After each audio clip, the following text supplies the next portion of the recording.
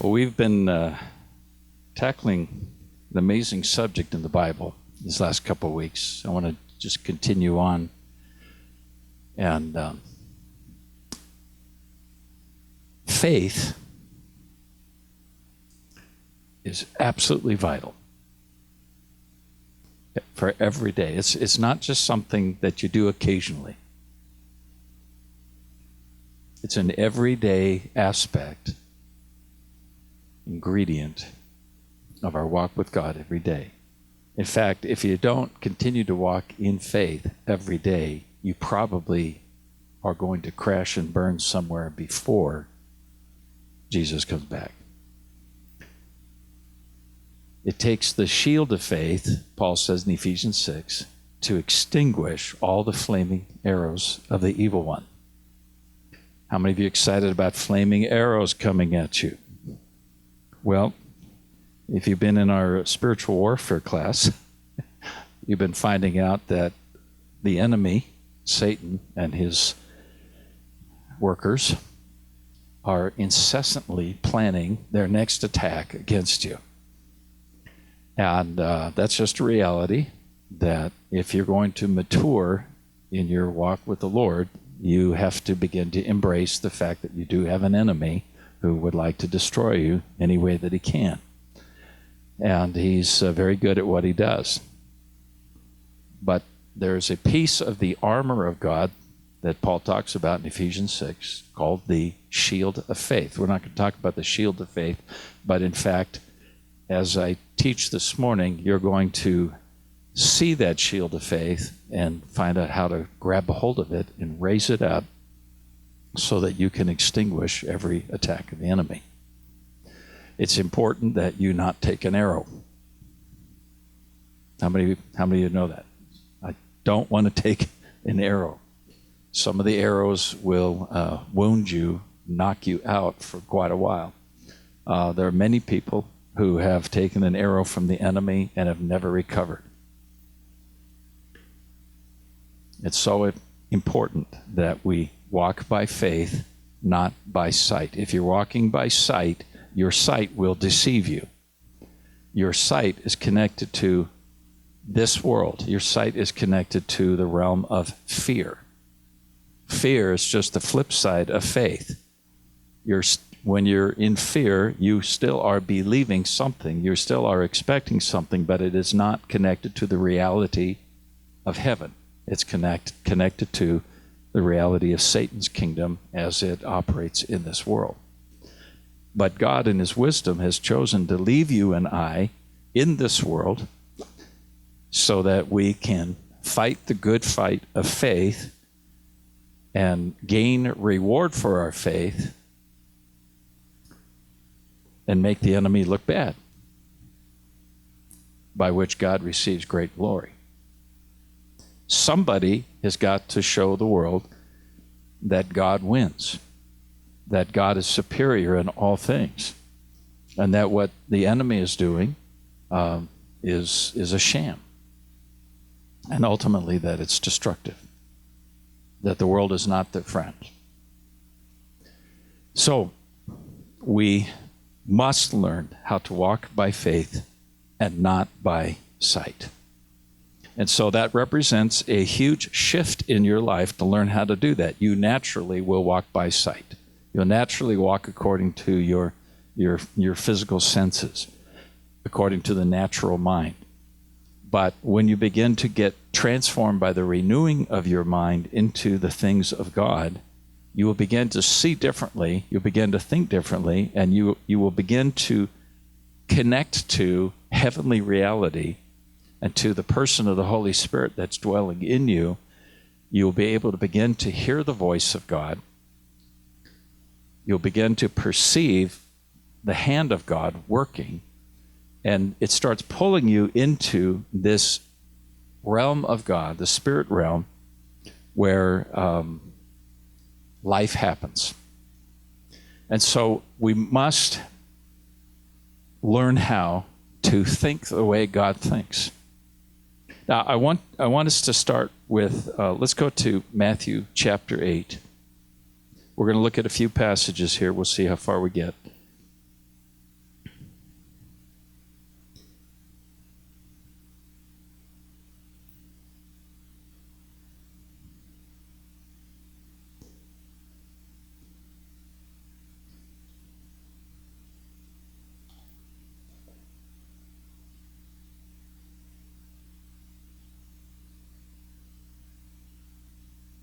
Excuse me, that was the wrong gospel. Luke chapter 8.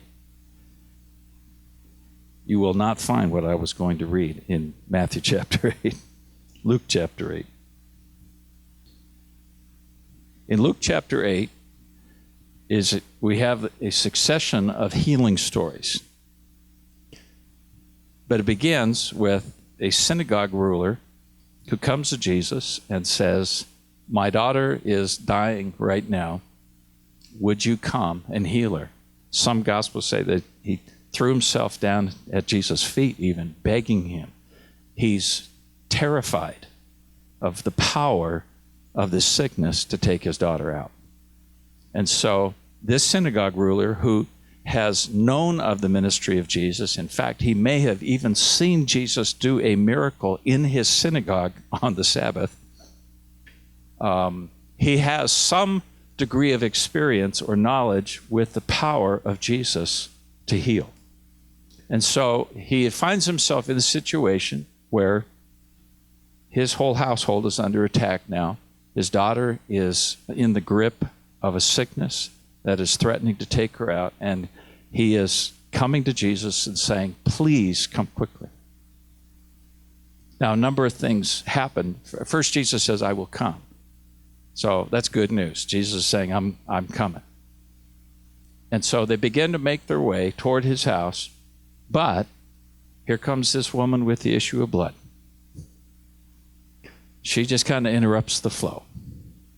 There are a number of things that happen along the way, and during that time, we don't know how much time escaped. You can imagine the synagogue ruler is very uptight. He's like, I got to get Jesus to my daughter, because he can see her getting well if Jesus will show up and lay his hands on her. He can see that. He's believing that. Get Jesus to my house, he'll lay hands on her, she will not die, she will live. But all these things are happening to interrupt the flow of his faith, interrupt the flow of what he has seen as the possibilities that there are with God. And here's an important point for you to note, and that is that every one of us has a certain degree of faith. We have a certain degree of things that we have believed and we have experience with God, and we have a measure of faith for certain things. And we tend to operate within those places of what we've already experienced with God. Does that make sense? And so that's what we tend to bring to the situation is, I've seen God do this before, or I've heard about him doing this, and so I've got a degree of belief for this. But how many of you know we need more? We've got to excel. We've got to grow and increase in our faith, because there's no such thing as enough faith. There's no such thing as I've arrived when it comes to faith, because God is so much bigger in all of this. And one of the things that faith is about is receiving. God has so much that he wants us to receive. You've got to know that about the nature of God. It's easy for us to lose sight of it. I lose sight of it quite often. And it's nothing like circumstances that are opposing to you, things that are difficult, things that look like God just disappeared somewhere, to cause you to wonder, how does God really feel about me right now? What is he trying to do? Well, we've got to never lose sight of the fact that our God has already stored up so much for us. He wants us to receive it. If he just handed it to you, you wouldn't appreciate it. You wouldn't know what to do with it. It wouldn't make sense to you, even if he gave it to you all at one time. And so God has designed things so that you and I will walk with him, and as we go through our circumstances, that we will learn how to have this relationship with him where we believe him and we receive from his hand. And there's great joy in receiving.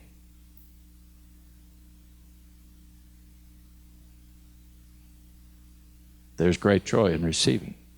We were made to receive from God. versus earning. God didn't put us in a faith relationship with him to earn, but to receive. So we must learn how to receive. So I don't know if Jesus was aware of the fact that the daughter was going to die before he got there. But Jesus is undaunted by the circumstances that come. And so I want you to look at, we're going to start with verse 50.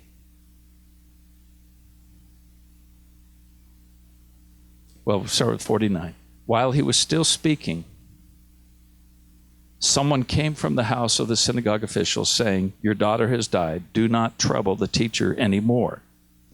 But when Jesus heard this, he answered him, "Do not be afraid any longer, only believe, and she will be made well." And when he came to the house, he did not allow anyone to enter with him except Peter and John and James and the girl's father and mother. Now they were all weeping and lamenting for her. But he said, "Stop weeping. She has not died, but is asleep." And they began laughing at him, knowing that she had died. He, however, took her by the hand and called, saying, "Child, arise." And her spirit returned, and she got up immediately, and he gave orders for something to be given to her to eat. And her parents were amazed, but he instructed them to tell no one what had happened. Whew. Powerful story, a lot of dynamics that are in play here that we need to grab a hold of. It needs to be more than just a story to us. Synagogue ruler official is operating according to a certain level of faith. He's doing well, coming to Jesus saying, "If you'll come to my house, she'll be well." That looks like faith, does it not? Jesus is responding to that faith. "Yeah, I'm going to come." Okay, so synagogue ruler is saying, okay, he shows up, she's well. He can already see her well. That's good. That's faith. Okay, because faith is the assurance of things hoped for, the conviction of things not seen. He doesn't see his daughter well yet, but he does see Jesus with his own imagination, his own faith. He does see Jesus walking into her room, laying hands on her, and the sickness going. He can see that. And so he has gone and humbled himself before Jesus, possibly even at the risk of his own position as a synagogue official. And so Jesus is responding to his faith. Just one problem: time. And so the synagogue official is wanting to get Jesus there pronto, but all these other needs come up along the way. Jesus stops to meet those needs. And if you're the synagogue official, if you're the dad, how are you feeling right now? Yeah. Lady, your stuff can wait. You've been doing this for 12 years with that thing, and my daughter is dying right now. We got to get Jesus there. But Jesus is not paying attention to how the Father feels. Have you ever felt like God wasn't paying attention to how you feel?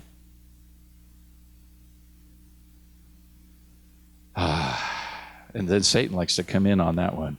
He likes to say, see, God doesn't really care about you. If he really cared about how you felt, he would have already been moving by now. But heaven is operating according to something different. And sometimes what you and I feel actually is our problem. Because what's the truth? Your feelings do not lead you to the truth. Only faith will keep you connected to the truth.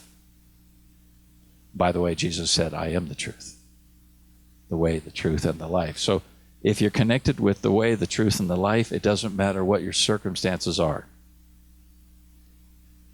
Your circumstances will lie to you. Your emotions will lie to you. The only thing that's not lying is Jesus. And we have to get a hold of him.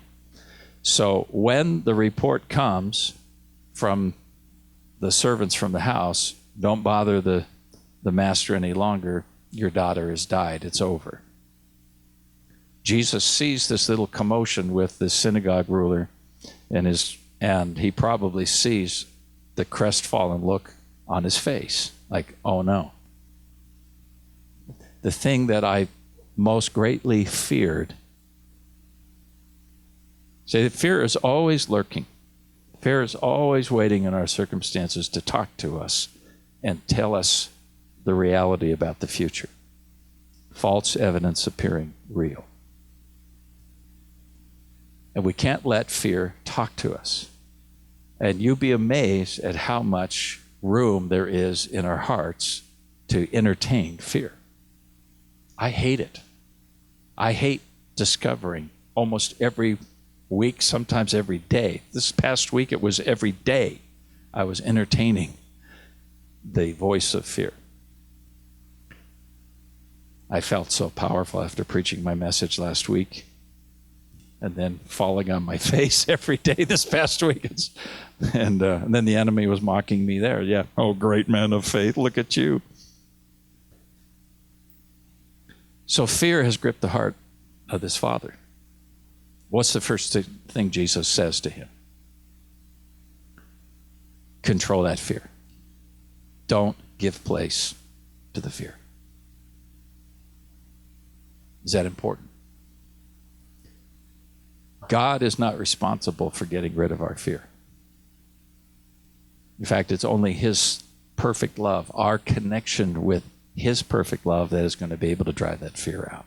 Something has to shift inside of me where I get reconnected to his perfect love, his perfect goodness, everything about him and everything that's true in heaven.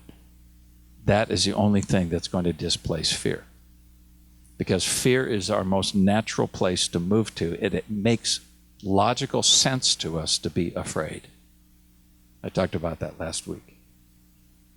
And so you're going to have to defy your logic. You're going to have to control your thoughts and your mind. You need to recognize when fear has its grip on you. And as soon as that moment comes where fear is on you, you need to know that you need to shift from where you're at, because fear is a awful taskmaster, and it will take you down. It will deplete your energy and your resource. It will eventually lead you to discouragement, depression, even suicide. And believers are just as susceptible as non-believers. It's horrible to be a non-believing believer, because that's essentially what's happening. I'm believing the wrong thing. So we must arrest fear. Jesus is looking at this. I've often imagined this, that Jesus grabs the arm of that father and looks him in the eye and he says, stop that fear right now. Don't let it go one step further. Don't go with your natural thinking right now. What's the second thing he tells him? Only believe. He's saying you've got to shift gears. Now, what he's really saying to this father is, you came here with faith. Faith got you this far. But your faith was connected to certain possibilities and a certain view of reality that you have right now. He said, so what you need to do is recognize that fear wants to come and steal the faith that you have. And you've got to arrest that right now. You have to refuse to be afraid.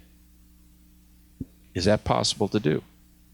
Yes, you were given a will, and you have the Spirit of God who is able to empower your will. So that's what grace is about. Grace is about the empowerment to walk with God, become like God, agree with God, believe God. So you have the power to choose to not fear. Now, just because your emotions are flying all over the place doesn't mean that you have to partner with fear. You can refuse to be afraid, but it's not enough to just not say, I'm not going to be afraid. You have to choose to believe. You got to grab a hold of something that's more real than this false evidence that's in front of you right now. Now, was it true that his daughter was dead? Yes. So what do you do with that? I mean, these servants weren't lying. Jesus knew she was dead. But it depends on your perspective. See, your belief, your faith, is ultimately determined by your perspective. Where are you looking from? How are you looking at your circumstances? From the Father's point of view, he was looking at everybody he knows who dies. When they die, they're dead. When they're dead, they're gone. You experience loss. Here comes pain, grief, sorrow.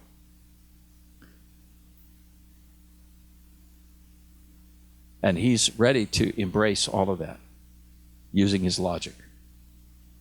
Jesus is looking from a different perspective because he's the way, the truth, and the life. He's also the resurrection and the life. He's also the Son of God, to whom God has given all power and authority.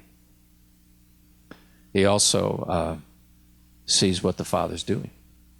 He's thinking beyond the circumstances that this Father is accustomed to. Is it a good thing that Jesus is thinking differently than the Father? Otherwise, Jesus is going to start crying with the Father and saying, I'm so sorry. Wow. I just got to apologize. I was just way too compassionate with this woman, and sorry. Sorry for your loss. But Jesus doesn't succumb to that at all. So what I love about Jesus is that he's never controlled by his circumstances. He never bows down to any circumstance that he finds himself in. Do you think we need to learn how to do that? See, the only way you can do that is you've got to get control of your thoughts, and you've got to get a different perspective. We've got to get God's perspective. And I'll touch on that in a second. Jesus walks the man to the house, and he's saying, only believe. Now, if you're the Father, you might say, what are you talking about? And maybe he's not sure what to believe, but he tells him she's going to get well. She's not dead. She's going to live. So this father now has to try to use his imagination to see what Jesus is telling him. Has God ever spoken something to you, shown you something, or shown you something in the Word or whatever that was beyond your experience and required your imagination? Imagining with God possibilities. Only believe. So this I find to be a very important example or formula of how to operate where you can move from death to life, how you can move from fear to faith and then receive the fruit of your faith. We have to refuse fear, and we have to shift into only believe. And notice the word only. That means there's no room for anything else. You've got to completely shut out all the other kinds of possibilities, other kinds of thinking. There's only room for the goodness of God, his love for me, his power in this situation, so that I trust in him and I'm not trusting in anything else. So this father has to move with Jesus according to what Jesus is believing. Your faith, your belief will never originate from you. It originates with God. He's the one who's believing. He's the one who already has seen something. He is the one, Romans 4:17, who calls those things that are not as if they are. See, he's already speaking. He is already believing. He's already calling something to be a certain way. You are just simply joining him in what he's already believing. And so it's vital for us to know what his word says, all the promises of God being yes and amen. It's vital for us to hear his voice. It's vital for us to be in that place of his presence where we're experiencing his goodness. That who he is permeating me. Because if he's not permeating you, something else is. Notice Jesus had to get all of the non-believing people out of the way. First thing he does is he comes in and he tells them, stop all this crying, stop all of the other stuff that you're doing. He's changing the atmosphere. You got to stop this. And they're looking at him like, what's wrong with you? We're here to mourn. We're doing a good thing. You're going to be surrounded with a lot of people who are going to come around with a lot of sympathy for your circumstances. And they're going to suck faith right out of you with their good intentions. Sometimes you have to move people out of your life. Sometimes you just have to say, you know what, I can't listen to you. I can't entertain your sympathy for my circumstances right now. In fact, if you've run into somebody who's struggling with circumstances and you start sympathizing with them without adding faith to them, you are a problem. You are partnering with the enemy to rob them of faith and hold them in fear. Our role in the body of Christ is to speak faith to one another, to bring, you can't give somebody faith, but you can help them gain a new perspective. Well, what's God doing? What's God saying? I remember hearing a wise teacher. He was talking about this gal that came to him who was just devastated in her circumstances of life, massively depressed, but she knew how to prophesy. And she was saying, "Oh, Pastor, you got to pray for me. You got, I really need some counseling and all the rest." And so what he did is he took her by the hand. He brought her over to another person who was really needing help, and he said, "I want you to prophesy over this person." And this gal looked at him like, "You're a monster. Don't you understand? I am suffering. I can't prophesy. I don't even know if God's real. I'm hurting here. I need some sympathy." And he refused to give her sympathy. He said, "Prophesy over her." She said, "I can't do it." He said, "Yes, you can. You know how to prophesy." So, since she was afraid of him,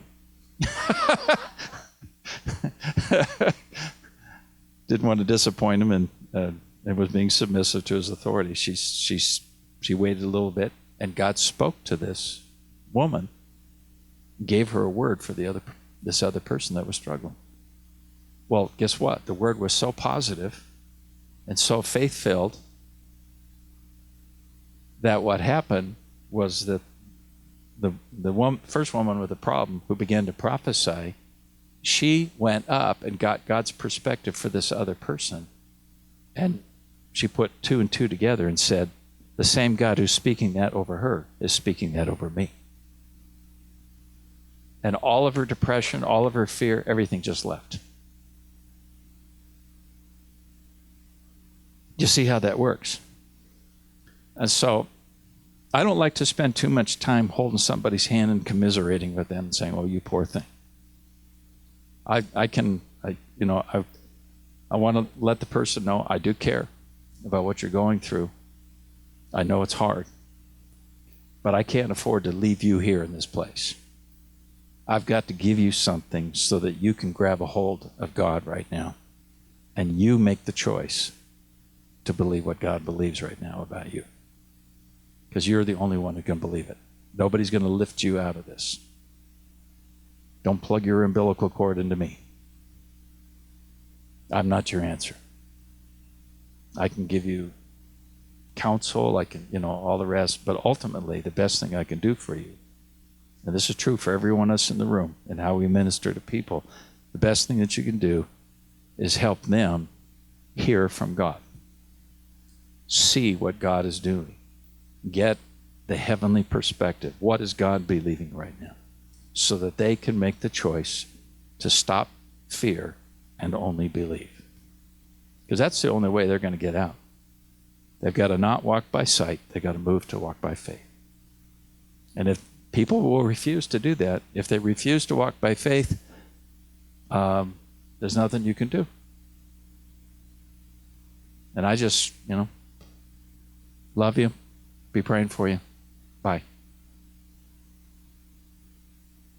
You're not going to help anybody by sitting there and holding their hand forever. And they may think you're a monster, but you're not. Jesus was not a monster because time passed and his father's daughter died. It was actually a setup for something even greater. So Jesus comes in, pushes out all the unbelieving people. They're upset. They mock Jesus, put him down. But he didn't care because they weren't thinking right. Don't try to be friends with people who aren't thinking right. Don't hang out with them. There was, I was on staff at a church many years ago. We had two women. Both had breast cancer at the exact same time. Both about the same age. And I watched both of them work out their battle with cancer. One was running to everybody. She had been around tons of miracles. She had spent years in John Wimber's church. God had used her to heal the sick. But she was running around trying to get prayer. She was afraid. I watched the other woman, though. She separated herself away from everybody in the church except a few close friends who had faith.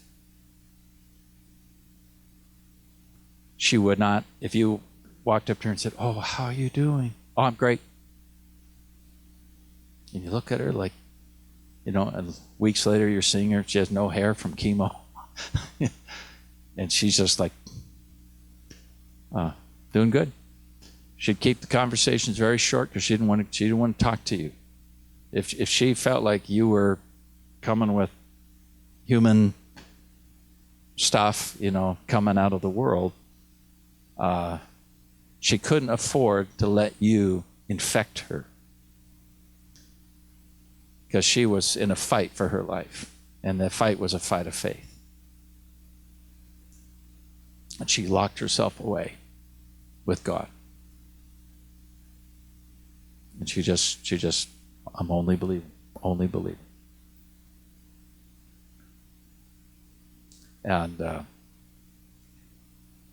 first woman died. Second woman lived. She actually went on a ministry trip with us to Thailand a few years ago.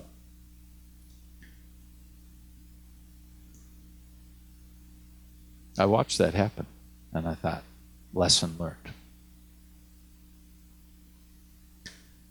Jesus puts everybody out, and he steps in with the Father, who he said, only believe. Now the Father is moving with him.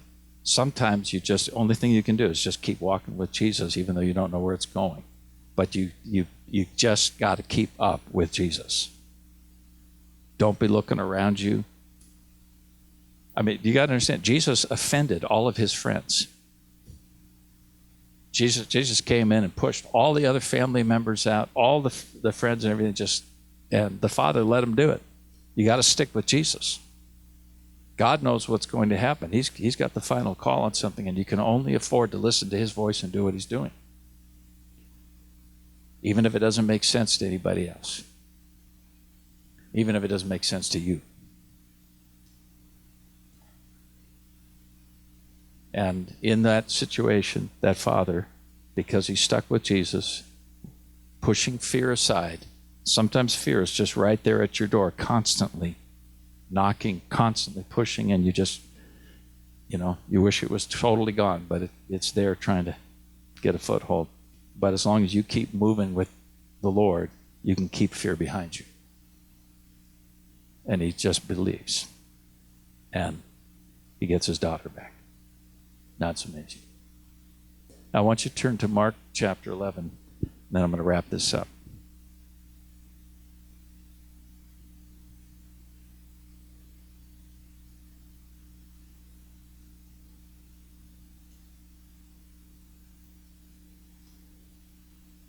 Jesus is in Mark chapter 11. This is in the final week of his life. He's already had the triumphal entry into Jerusalem. And there's the story, and it's in a couple of different Gospels here, the story of Jesus moving from where he was spending the night outside of Jerusalem and then coming into Jerusalem. And it says that he was hungry. And he saw a fig tree. He goes up to the fig tree. It's got leaves, but there are no figs. We don't know from the text why there are no figs. We don't know whether it's even the season for figs. But Jesus, seeing that there are no figs, it says he cursed the tree and he said, "May there never be fruit from you again."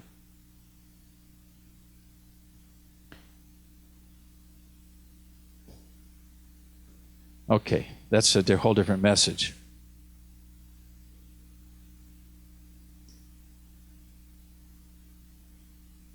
Verse 19, when evening came, they would go out of the city, and as they were passing by in the morning, they saw the fig tree withered from the roots up. Okay, so earlier, Jesus had come to the fig tree, spoke that word over it, "May you never bear fruit again." That's all he said. And then they leave. Later in the day or the next day, they're coming back through, and they're walking right by that fig tree, and they see the fig tree, and it is dramatically different than it was. Now, is that impossible in normal? Can a tree wither from the roots up in 24 hours or less? Completely just... Okay, I mean, even if you put poison on it, maybe if you chopped it off at the roots with an axe or something, you could get it to begin to wither. But Jesus did none of that. He just spoke to the tree.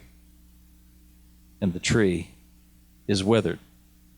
And being reminded, Peter said to him, verse 21, "Rabbi, look, the fig tree which you cursed has withered." Jesus answered, saying to him, "Have faith in God." Interesting response. Peter is saying, whoa, look at this. Look at what happened here. But Jesus is turning this into a faith lesson for them because it's vital for them to understand how things work. You and I have got to learn how to walk in this world, especially with the things that are coming up in the days ahead. This is our finest hour. This is our greatest opportunity that we're coming into. But it's also going to be the greatest warfare and some of the greatest challenges that we've ever faced as Americans. And we've got to be ready to walk by faith and not by sight. We've got to be ready to walk outside of the natural and step into the supernatural. Jesus' response to Peter was, "Have faith in God." Now, if you go into the original Greek, you can translate it, "have faith in God," but a more accurate translation, in fact, most of your Bible translations will translate it that way, "have faith in God." But there are some who have gone with what I believe is a more accurate translation, and that is, "have the faith of God." Totally different reading. See, what I see is most believers are trying to have faith in God. They're trying to muster up something from down here to connect to God doing something for them. Because that's about where most Christians operate, actually. And I think that that's one of the reasons why a lot of these translators translated it that way, because unfortunately, when you're translating the scripture, you're going to translate it according to what makes sense to you. And if you've never learned how to walk by faith, but you're a biblical scholar, it's going to change the way you translate the scripture. Okay, that was controversial. But it's true.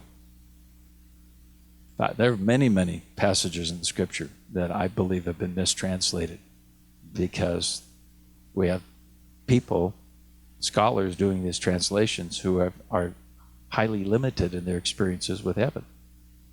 And so they don't make sense to them. So having faith in God makes more sense. Having the faith of God, well, that's a whole different experience. So Jesus is telling the disciples, I believe, you grab hold, that word have means take possession of God's faith. What Jesus is telling them is the reason I was able to do this with this fig tree is because I had God's faith about this fig tree. Now, I don't know what was going on with the fig tree and what was in Jesus' mind, but Jesus is telling us that there are things that you and I can operate here in the earth where we can change what's going on based on having God's perspective and believing what God believes. See, that's why the synagogue ruler got his daughter back, because Jesus was believing what the Father was believing. And he was passing it on to the Father, saying, only believe. Don't give into an earthly perspective. Grab a hold of a heavenly perspective. Because, see, your faith starts with God. What you're believing. See, there's a lot of people who just say, yeah, I believe. And they're trying to muster up belief. And they use, and they're, okay, I just got to have a lot of positive thinking, and I've got to quote lots of scriptures, and I'm standing on the promises, and there's all kinds of things that we go through where we are trying to produce belief, but you're not really believing, you're just hoping. True belief starts with seeing something, hearing something, knowing something first from God. If you know what God is believing, you can agree with him. That becomes the place in which you stand. See, faith is the assurance or the substance of things hoped for. You're just not willy-nilly out there trying to make something happen. You're not trying to get God's arm behind his back, trying to get him to produce something. You're starting with God. Faith is the assurance of things hoped for, the conviction of things not seen, the evidence of things that are not apparent here in this realm, in these circumstances, but in heaven it's already true. So Abraham walks with God, who calls those things that are not as if they are, because they are. God's not lying. God's not in denial. God's not just trying to get you to produce something out of your imagination. There's something that's already true because it's true in heaven. We please God with our faith because we are connecting ourselves with the greater reality that comes from God. And we're believing what God believes. We're seeing what God sees. We're partnering with him. So Jesus is telling the disciples, get the faith of God in you. Let his faith, let what he's believing, what he's seeing, what he's declaring, become operational in you. Stick with that. Work with that. And that doesn't come automatically. You and I have got to start connecting with God. We've got to start looking up. We've got to choose to love the things of God, the realm of God, the Word of God, the operations of God, the mind of God, and all the way that he works. We've got to love that so much that that's all you want. And you value that more than the way things operate here in the earth. You have to refuse the system of the world and not allow yourself to be controlled by it, because it's going to jerk you all over the place. And you'll even wrap scripture around it and say, and God did that. We accuse God of all kinds of things that he never did, because that's all the faith that we had. We spiritualized bad things that happened, and we said, well, God did that. And he didn't. And so in these days ahead, we've got to be those who have the faith of God. Now let's finish these last couple of verses here. Truly I say to you, whoever says to this mountain, be taken up and cast into the sea, and does not doubt in his heart, but believes that what he says is going to happen, it will be granted him. Therefore I say to you, all things for which you pray and ask, believe that you have received them, and they will be granted you. Now that is one wild passage. You know, some people have said, well, that sounds like a blank check from God. Just fill in the blank. Some have called it name it and claim it. I don't think that's what it's saying. I believe that true faith starts with God. Because he says, whatever, when you're speaking over your circumstances, whether it be a mountain or a fig tree or whatever, he said, believe that what you are saying is going to happen. Now that can feel really weird to your brain. So no, I like to deal with reality. I like seeing what's actually happening in front of me. I don't like sticking my neck out there and proclaiming things that I don't necessarily know are true are going to happen. But he said, whatsoever things that you're asking, you're praying, believe that you have received, and you will have the things that you've asked for. Notice there's two tenses there, verb tenses. Believe that you have received. So he's saying we are connecting our faith. Now again, it's not our faith, it's God's faith. See, this changes the passage altogether. It's not me trying to muster up faith. It's not me trying to get my belief on so that I can somehow then receive something from God. See, if you understand that God has already ordained for you and I to receive more than we can even comprehend, you also have to know that God is believing something about what he is going to deliver to you. God's faith is operational already in what he has prepared for you and me. I don't know if that makes sense to you or not. See, he's already got the stuff in place. It's about you and I receiving what he has for us. But we need to, instead of us sitting here on the earth saying, oh, I hope God's going to be good to me. I hope God can see me. I hope God is thinking about me. I hope God cares about what's going on. Rather, it's you and I, we're connected to his heart. We understand that he who did not spare his own son, but freely gave him for us all, how will he not also freely give us all things? See, he's already committed himself in covenant relationship with you and I, and we, by the way, are his favorite son and daughter. And he'd actually like to treat us that way. He'd like to be treated as our favorite papa.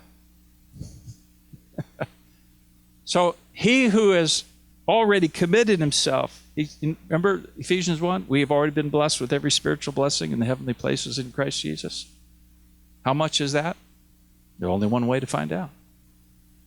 Blessed with every spiritual blessing. That means something is already connected to you and I from heaven. How are we going to get it? Faith. We have to know the mind and the heart of God toward us. He is believing something. He has already prepared something. In heaven, it's already true, even though it is not yet manifest here in the earth. But if you have the faith of God, if you are connected to what he is already delivering, even though it's not here, you get to partner with God by believing him that he is, and that he's a rewarder of those who seek him. So we're coming toward him with a whole heart attitude of, wow, I've been set up by God. He likes me. He wants to bring good things into my life. And even this circumstance that I'm in is a setup for me to receive something from God.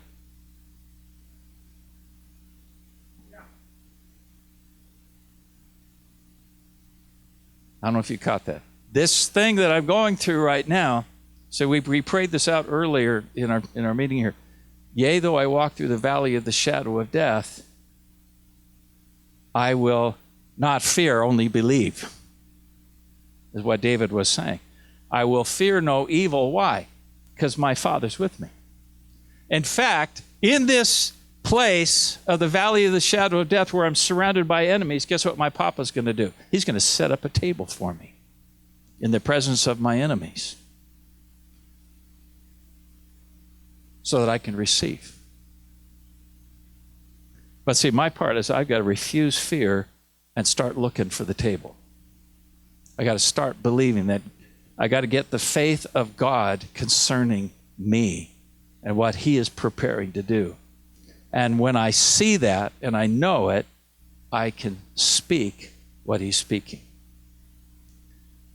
Mountains are not going to move because you decided that one needed to move.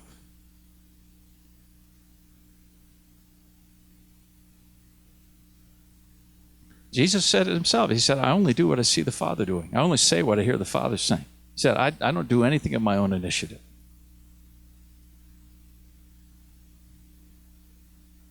So we get the faith of God concerning our circumstances that we're in. What's the Father doing? What is he saying? What's already true in heaven about me and these circumstances that I've not yet understood? You get that perspective. Maybe you get it by reading the scripture. Maybe you get it as in a time of prayer and God reveals something to you. Margie and I were on a walk out in the neighborhoods here last night. And as we're walking towards the building at a distance, I'm looking at the building. God just starts going bam, bam, bam. He just starts downloading all this stuff to me. Just like, whoa! And just rocked me. And then we come into the building, and I'm walking all the way through the building, and God doesn't stop talking. And he says this and this and this, and you need to know this, and this is what I'm doing. And then I left here, and I went to the grocery store to get milk. And he doesn't stop talking. And one of the things he said to me, he said, fear not, little flock, for it is the Father's good pleasure to give you the kingdom. And I'm going, yes! I'll take that milk. It was just getting the faith of God. It absolutely just flipped me upside down, which I really needed. And then I turned that around and I looked right in the devil's face and I said, you are paying big time for what you've done to me this week.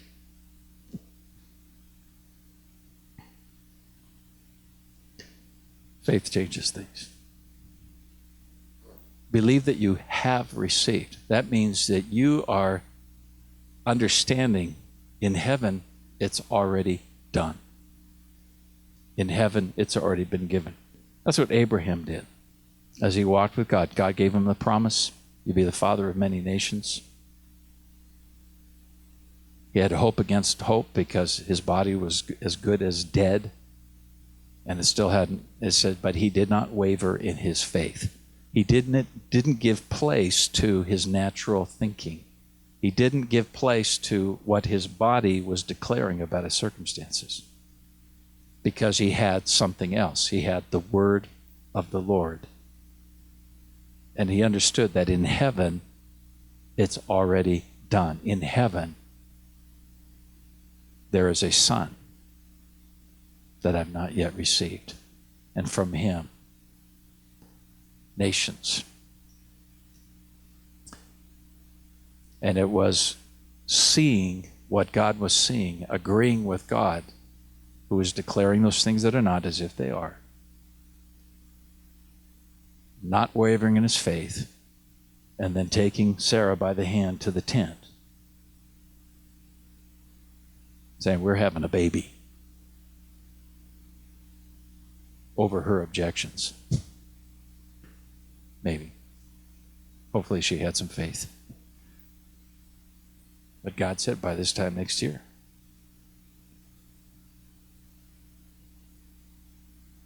Believe that you have received and you will have. Notice, you are connecting to a past tense in heaven in your believing. I have already received this from God in heaven. It's past tense with him. By my believing and agreeing with him, I pull it into my future. And I will have. And this then becomes expectation. And then you start acting and living according to the expectation that you have.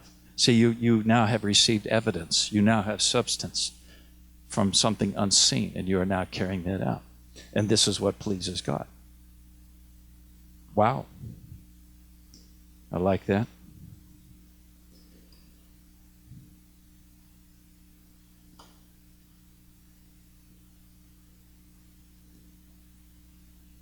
Have the faith of God.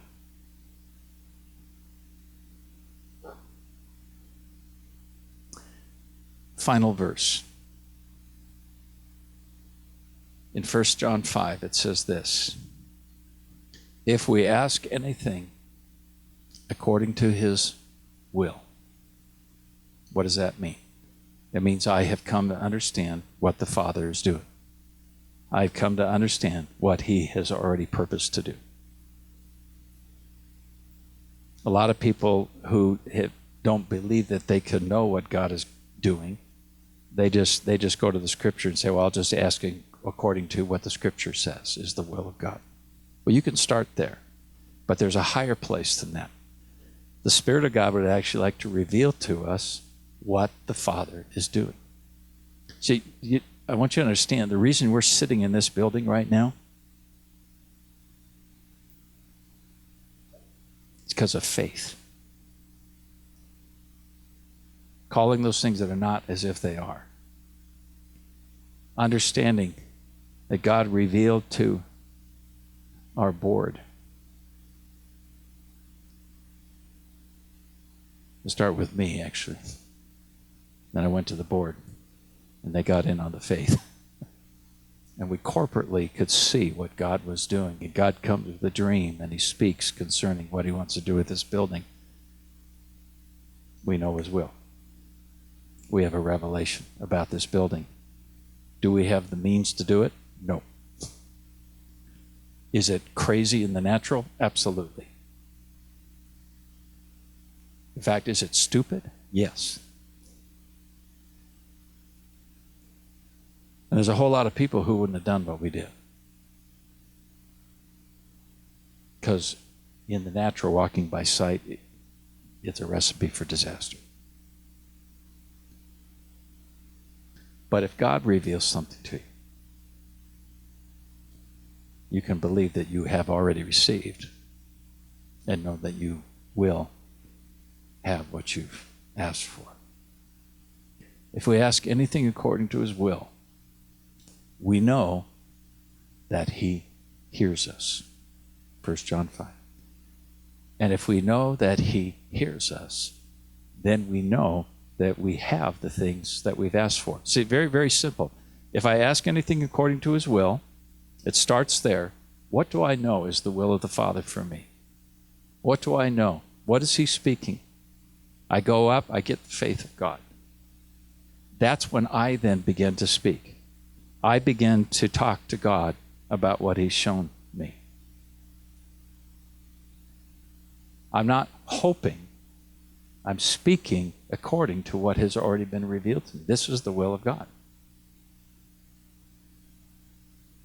If I ask anything according to his will, then I know what? I know that his ears are right there. See, God wants to hear our faith. He wants to hear people who have his heartbeat and are discerning what he wants to do and are believing. The only reason you're even asking and speaking is because he's shown you. And he loves that. So he's listening for his very words out of your mouth. See, this is why intercessory prayer is so powerful, because true intercessors find out what the Father's already doing before they even speak. True intercessors are pressing into the heart of God to say, what are you getting ready to do? And once they hear it, once they know it, they begin to start speaking from the earth to heaven to pull heaven down. They're actually speaking from heaven to the earth. And they're declaring the will of the Lord. We know that he hears us. And then here's the kicker. If we know that he hears us, we already know before it happens that we have the things that we've asked for. It's just a matter of time.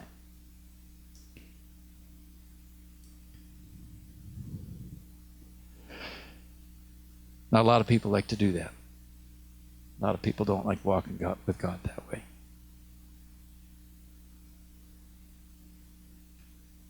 I hate to tell you this, it's the only way you're going to get to walk with God in this lifetime.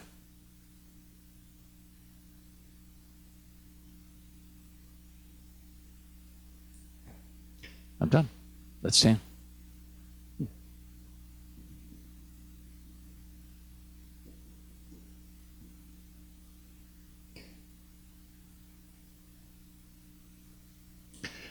What the Lord's showing me right now is that a number of you here had a switch flipped inside of you today. This was a missing ingredient for you in your walk with God, and the hand of the Lord just came and flipped a switch inside of you. And what that means is that you're going to be able to start walking in this as you're seeing it. It's not going to be automatic and easy, but you have to press into it and say, God, I'm going to make this happen in my life. I'm going to learn how to do this. I'm going to have the faith of God. I'm refusing fear. But just put your hand over your heart right now and just say, Lord, here and now, I'm hearing the words of Jesus saying to me, don't be afraid. Refuse fear.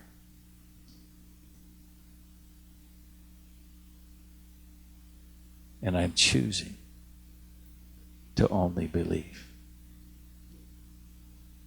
every day of my life, believing something from God. I receive my inheritance, the very faith of God.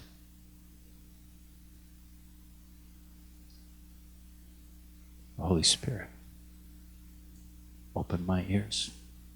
Open my eyes. I receive this capacity to know the will of God and believe and receive. And by this, I will bring you glory. And my joy will be made full. Hallelujah.